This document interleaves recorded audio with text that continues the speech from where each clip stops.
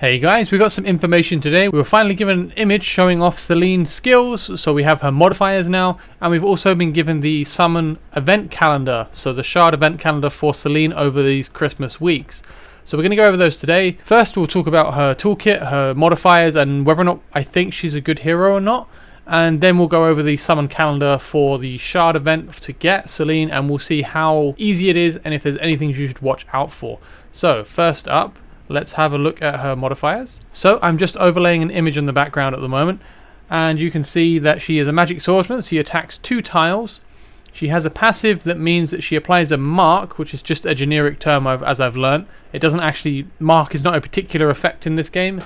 She applies a mark to a target, and when she applies 4 marks, it deals 200% bonus damage on top. So 4 hits effectively will make it take another 200% bonus damage. One other thing to note is it turns out she is the esoteric faction, whatever they call it, the Esoteria Order or something. The Esoteria Order is the same faction as Elowin and Carmet, with the legendary lord being Venoma, and Rake being the epic lord of the Esoteria Order.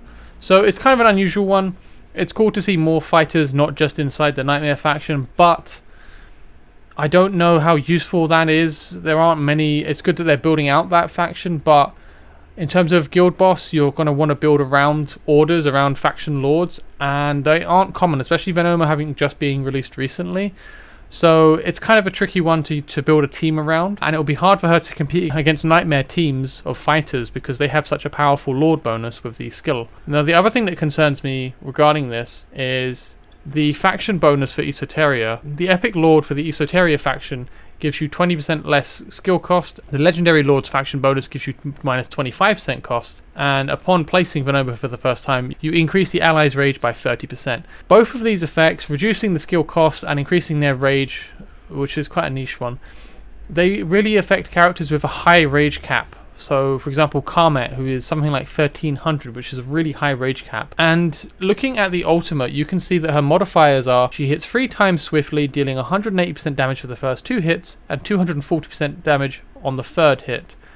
That's not very high.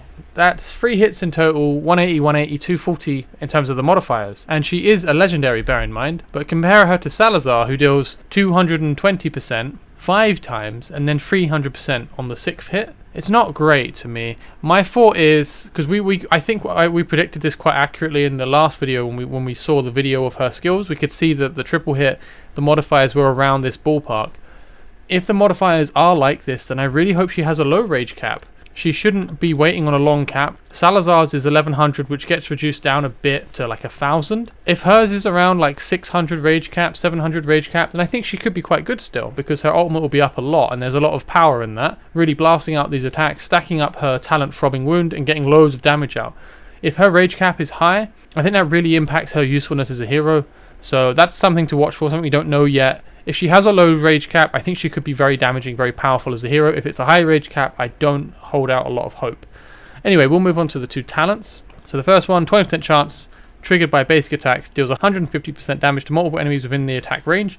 So it's like an AoE hit to targets within 2 tiles. 20% chance to be triggered by basic attacks only. It's kind of good. It's not great, really. It's just, yeah, I don't know. It doesn't seem that strong to me. It's basically the equivalent of like roughly 1 in 5 attacks. She does bonus damage to everyone in 2 tiles of her, which is cool. And this will also stack up Throbbing Wound faster. I think she's great if you're able to stack up on a bunch of people. Bearing in mind her ultimate will hit 3 times. And her second passive, basic attacks and lunge, or the passive we just looked at, have a 20% chance to apply 2 marks. When Throbbing Wound is triggered, all other enemy targets with marks will take damage regardless of distance. So it seems quite interesting. She just basically hits everyone a bunch, and then the more she hits people, the more she triggers these marks. She has a fencer's foil, like a rapier as a weapon, it seems.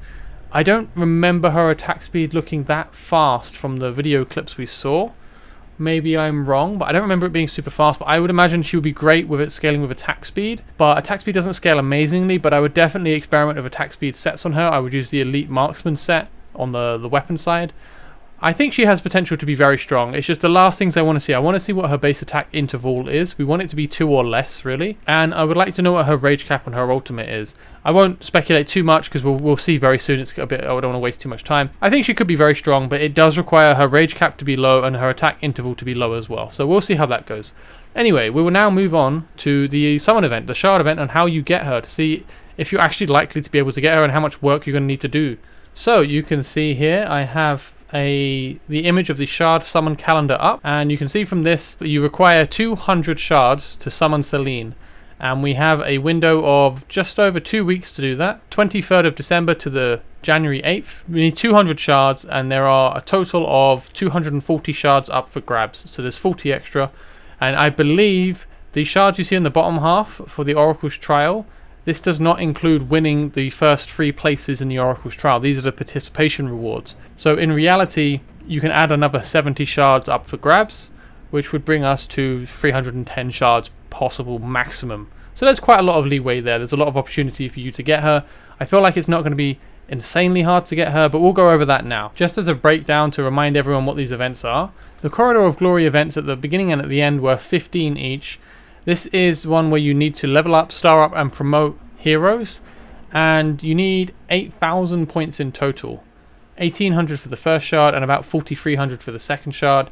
I think they're fairly doable. They're not crazy hard. It might be hard to do the last one after having farmed for so much. You're going to be splitting your resource a lot over these 2 weeks and farming for a lot of different events. So I think the latter events might be kind of tricky, but we'll see how it goes on. Maybe it's not too bad. You're kind of already doing a lot of these passively when you play anyway. And the second one on the start events, this one right here, this is a artifact and gear one, so this should be super easy. So I'm going to mark these so we can see. I think these two will be quite easy to achieve. I don't think we'll have much problem there. The Tales of the Smith event you can see next up just under here. I find them quite hard personally. You need to be mindful of this, and you should probably farm in advance, get some gold piles behind you. You have a couple more days left, so spend today or tomorrow farming gold if you can, farm XP if you can. That's what you really need to be doing these few days we have left. I think it'll be kind of hard depending. I think you need roughly 5 million gold for each one, maybe 4 million. You need a lot of points, like 6.5 thousand points, which is quite hard to get. So because of that, I've marked them both as like an ambery orange color, just kind of like they can be tricky. My concern here as well is we have 3 days in between these, so you're going to need like I would say 4 to 5 million gold to complete one, and not just the gold, you need the gear to upgrade. And I think it's best to upgrade gear to 12, so take gear from 0 to 12. 12 to 16 is a nice return on points, however it's so expensive it can just eat all of your cash up super quickly. So I would aim to go for 0 to 12 first, and only 16 if you have stuff that's really worth upgrading. But yes, doing it the second time around is quite hard. We do have 4 days to get it done, which isn't the hardest. I would definitely go into this looking to have a bunch of gold in advance of these events. I've farmed over 2 million, which is really not enough. So I'm hoping I can get some gold back next week. But I'll be farming other events, as you can see, so I think it'll be quite tricky. Moving on from that, we have another Brave Conquest, so this is more artifact and gear farming. This should be pretty easy, so I'm just going to mark the other Brave Conquest as easy because it's kind of what we're going to be doing on the Oracle's Trials for those 2 weeks anyway. So I think all 3 Brave Conquests will be quite nice and easy to achieve. I think you won't have any trouble getting those shards, so that's 45 shards there, which is quite nice. And the Jewel of Champions one, I've marked it as amber. So I think this is it's kind of tricky to get them, and the reason for that is you need 200 points, and you get 10 points for a success. You get 5 attempts a day or 5 arena tokens a day, and this event lasts for 4 days. So you need to win 5 arena matches every single day for 4 days. You cannot lose a single match. If you do, you're going to need to spend 150 diamonds to buy more arena tokens. My advice for this is either let your rating drop, like set up a weak team a few days before to let your rating start tanking, so that you can artificially reduce your difficulty. Or what I'm going to be doing, I'm going to not attack from Friday through Sunday, as I believe your free tokens reset every day. But if you end the day with 5 tokens and you don't use them, the next day you'll start with 5 tokens because it refreshes the free but it leaves the excess. So then you'll have 7 tokens when you get the next 2. So I'm going to leave them for a few days and see if I can stack up an extra 6 tokens or whatever. And it hopefully should give me enough leeway to make sure that I don't have to worry about losing 1 or 2 arena matches. So I'd say those are the 2 methods. Either let your rating drop to make it easier, or save up tokens from a few previous days. You'll only save 2 each day, assuming you make no attacks, but it should help a bit, right? Odds are you're only going to lose a couple or maybe a few arena matches over those days if you're careful and you refresh a lot.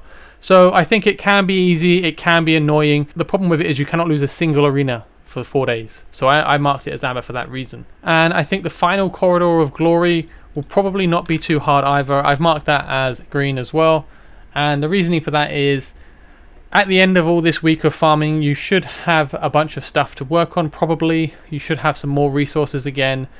The summon event should only last from the 23rd to, I believe, the 28th, the Wednesday. So you shouldn't really be summoning after the 28th until one of the summon weekends. So you should have some stuff ready to focus on again. So I think the Corridor of Glory at the end, and considering there's not much else to focus on the Sunday or the Saturday, it gives us enough time. I think it's okay. Now, the one I have ignored for the event side is the Spiritual Altar, which is very obviously a red. This one sucks. We're all going to hate this. You're going to see a lot of upset on the Discord. And I think this one is quite nefariously placed. So, the Spiritual Altar requires you to summon heroes. I remember doing this for the Azhor one. There were 2 for Azhor, so that was harder than this. I had about 150 summons for the first event, and I got the first load of shards. I didn't even get the second load of shards. So that was quite tough. You get a bunch of points if you summon legendary, so if you're lucky it's not too hard, but if you're unlucky or if you don't have loads of summons to blow through, it's really hard to get a lot of points in this. I've marked this as red, and what that means is I think it's likely that a load of players, I would say the majority of players, will not be able to get these shards.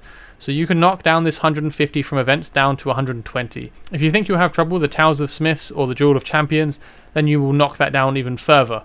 So I'm trying to help estimate how many shards you're likely to get, and I would say Spiritual Altar is almost certainly going to be the hardest one. One of the main reasons for that, if you remember, the summon event is from the 23rd to the 28th. So we're going to be blowing all of our summons, and then 3 days later, they start a summoning event challenge. No one's going to have anything left. We'll have blown it all over the 23rd to the 28th. Unless a misunderstanding and it's a different window, but as far as I'm aware, the 23rd to the 28th is when we can summon Gwendolyn. And although she seems kind of mixed, that's the main summoning window. That's when everyone's going to be dumping all their summons. It's a 2 times event for all heroes. It's a Setram summoning event as well. And then 3 days later, there's a Spiritual Altar event. 30 shards on it. That's a lot of shards. So if you're lucky, you'll get 15 shards. Or however they split it. But I think that's the hardest one by far. So for me, from the event side, I cannot imagine us getting 150 out of this. I imagine we'll be getting 120, assuming you can handle both of the Towers of Smith, a lot of gold. Bear in mind you need a lot of gear to upgrade as well. And the Jewel of Champions I think can be kind of annoying, but if you prepare for it, or if you're willing to spend a little bit of diamonds to buy a refill, it's not too hard. That brings us on to the Oracle's Trials. Just a refresher, the Oracle's Trials are competitive events. You enter into a bracket with other players. You get participation rewards, and there's also rewards for finishing 1st, 2nd, and 3rd. If this follows suit from the Azhor shard event recently, the 1st place will get 10 shards, 2nd place will get 7 shards, and 3rd place will get 5 shards. So that's why I say there's also another 70 shards up for grabs if you win these events.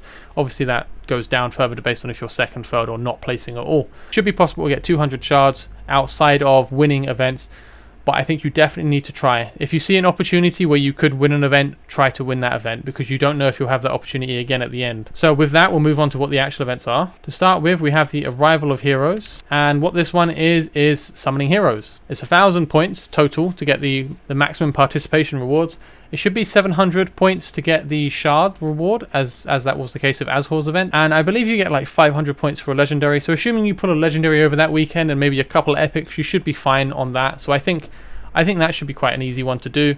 So long as you saved up a reasonable amount, you should have a good chance. And you also, again, it's a 2-time summon event. We have the Gwendolyn event on, and this is a summon event that is lasting for 6 days. So I think you have a good chance. If you notice, there are 4 different events at the bottom. We have Vault in the Sands, we have Mystery of Artifacts, Lost Legacy, and Forgotten Palace. Now what these are, the Vault in the Sands is a Gear Raid 2 Oracle's Trial. The Mystery of Artifacts is obviously the Artifact Fragment Raid, and the Lost Legacy is Gear Raid 1, and Forgotten Palace is Gear Raid 3. So these are all just raid farming missions, 3 of them being Gear Raid farming missions. We're just going to be rinsing these all week, and I think they'll be quite easy, so I've just marked them all as green. However, one thing to note, right underneath this you can see doubled loot for raids. So I think we'll be getting double rewards all week. That's amazing. This is really nice to have. We're just going to be getting so much loot out of this, a load of gear drops, and it'll also be giving us more gold. Remember, we're having more crap to sell because inevitably it's all going to be flat defense. But it's more stuff. That's very nice. That's the Christmas event, really. To be able to get double gear raid drops is really nice. So I think that's a fantastic thing, and I think they'll be quite easy to achieve full contribution in. The Awakening of Heroes is an event where you need to awaken, star up, and level up heroes. 3,600 points for finishing total, and I believe it's 2,500 points to get the shards. I think if you prepare like 1 or 2 6-star heroes, that's enough to get all of the rewards. I think maybe 1 6-star if you make all the 5-star attributes. I think it's not too bad. 1 to 2 6-star in prep, I think you're good. But I marked it as orange because we start with a Corridor of Glory and we end with a Corridor of Glory, and we have this in the middle. So within 2 weeks we have 3 sets of events where we need to be making loads of fodder and leveling up characters and doing all this stuff. It could be quite tricky to get enough resources to do that. On top of that, you're going to be competing on a bunch of other resources. You're going to need to be farming gold like crazy to do Towers of the Smith if you don't have that gold in advance. And yeah, there's a lot of other stuff that's going on. You'll be focusing on the Brave Conquest events. So I think the Awakening of Heroes could be kind of tricky just because of where it's positioned. We'll be burnt dry at that point. We'll have spent everything on the other events. So I think it could be quite hard. And last up, we have another Arrival of Heroes event. So I've marked this one as red because we had an Arrival of Heroes at the start. That's not too bad. We've saved summons. It's the summoning event. We've got bonuses. Cool. Then we have another Spiritual Altar in the middle, and that's kind of hard. That's really hard. I'm not sure I'll even attempt that one. We'll see how it goes. And maybe you spend some summons there. And then the Arrival of Heroes at the end. So this is, bear in mind, this is 2 weeks. We'll be collecting loads of resources during that. And maybe there's other events for us. And there'll be other Christmas events that hopefully will give us more diamonds. But even still, we'll be burning lots of diamonds farming gear all week. So I don't know how much we'll have left after 2 weeks to actually summon. I suspect the Arrival of Heroes at the end of the event could be quite hard to achieve. We'll have been burning through resources like crazy for 2 weeks. And yeah, I think it could be quite a hard one. So I've put that as red. The raids at the bottom, as discussed earlier, Vault in the Sands, Mystery of Artifacts, Lost Legacy, Forgotten Palace. If we're getting 2 times loot drops, then I think that means it'll be super easy to complete those. We'll be getting double the loot drops, which means we'll be getting double the points towards those of Oracle's Trials, and it should be a real breeze to do that. So maybe it's not going to be as hard as I think. Also, there's going to be other events on top, so this could be a lot nicer, but going by what we know at the moment, we don't know anything about the upcoming events. I think Spiritual Altar and Arrival of Heroes will be very tough. Unless we get a big impouring of diamonds, I think they're going to be very, very difficult to do. I think there will be 50 shards that will not be accessible to a load of players just because it will be so difficult to have that many summons in a 2-week window to complete basically 3 events. Sure, the Oracle's Trials are a lot easier than the event one. I think the event Spiritual Altar is basically a no-go. I don't see how we can do that after the Arrival of Heroes. The final Arrival of Heroes on the 6th to the 8th will be quite hard. So assuming worst case scenario that we miss out on both of those, that's 50 down. That gives us 190 out of 200 shards. So we're missing 10 shards. So you're really going to want to place first in at least one of your Oracle's Trials. There are 7 of them, or second in 2 of them, or third in 2 of them. But yeah, I think it's definitely not impossible. You just need to be very mindful. My suggestion would be save up on XP potions and save up on gold in the coming days. Build as much as you can over the rest of this week and this weekend. Stockpile as much gold and XP potions as you can to make the middle of the event as easy as possible, and try to save your diamonds as well somehow if you can for this summoning event. And maybe be a bit conservative. If you already hit the summoning event and you complete Arrival of Heroes at the start, maybe consider holding back for the Spiritual Altar and for the Arrival of Heroes because at the end on the 6th to the 8th, because I think they could be quite tricky to do. But yeah, that's my thoughts on the event calendar. I think it seems like quite a stacked couple of weeks, which is nice. Unfortunately, I'm going to be away for about 6 days of it, so I'm unlikely to be able to get Selene, but I'll do my best on my phone. So yeah, that's it. That's all I've got for you today. But if you have any information or any corrections, or if I've got anything wrong, then do leave a comment below, and also suggest that you check the comments yourself as well, just in case people do leave corrections, as I often do miss little bits.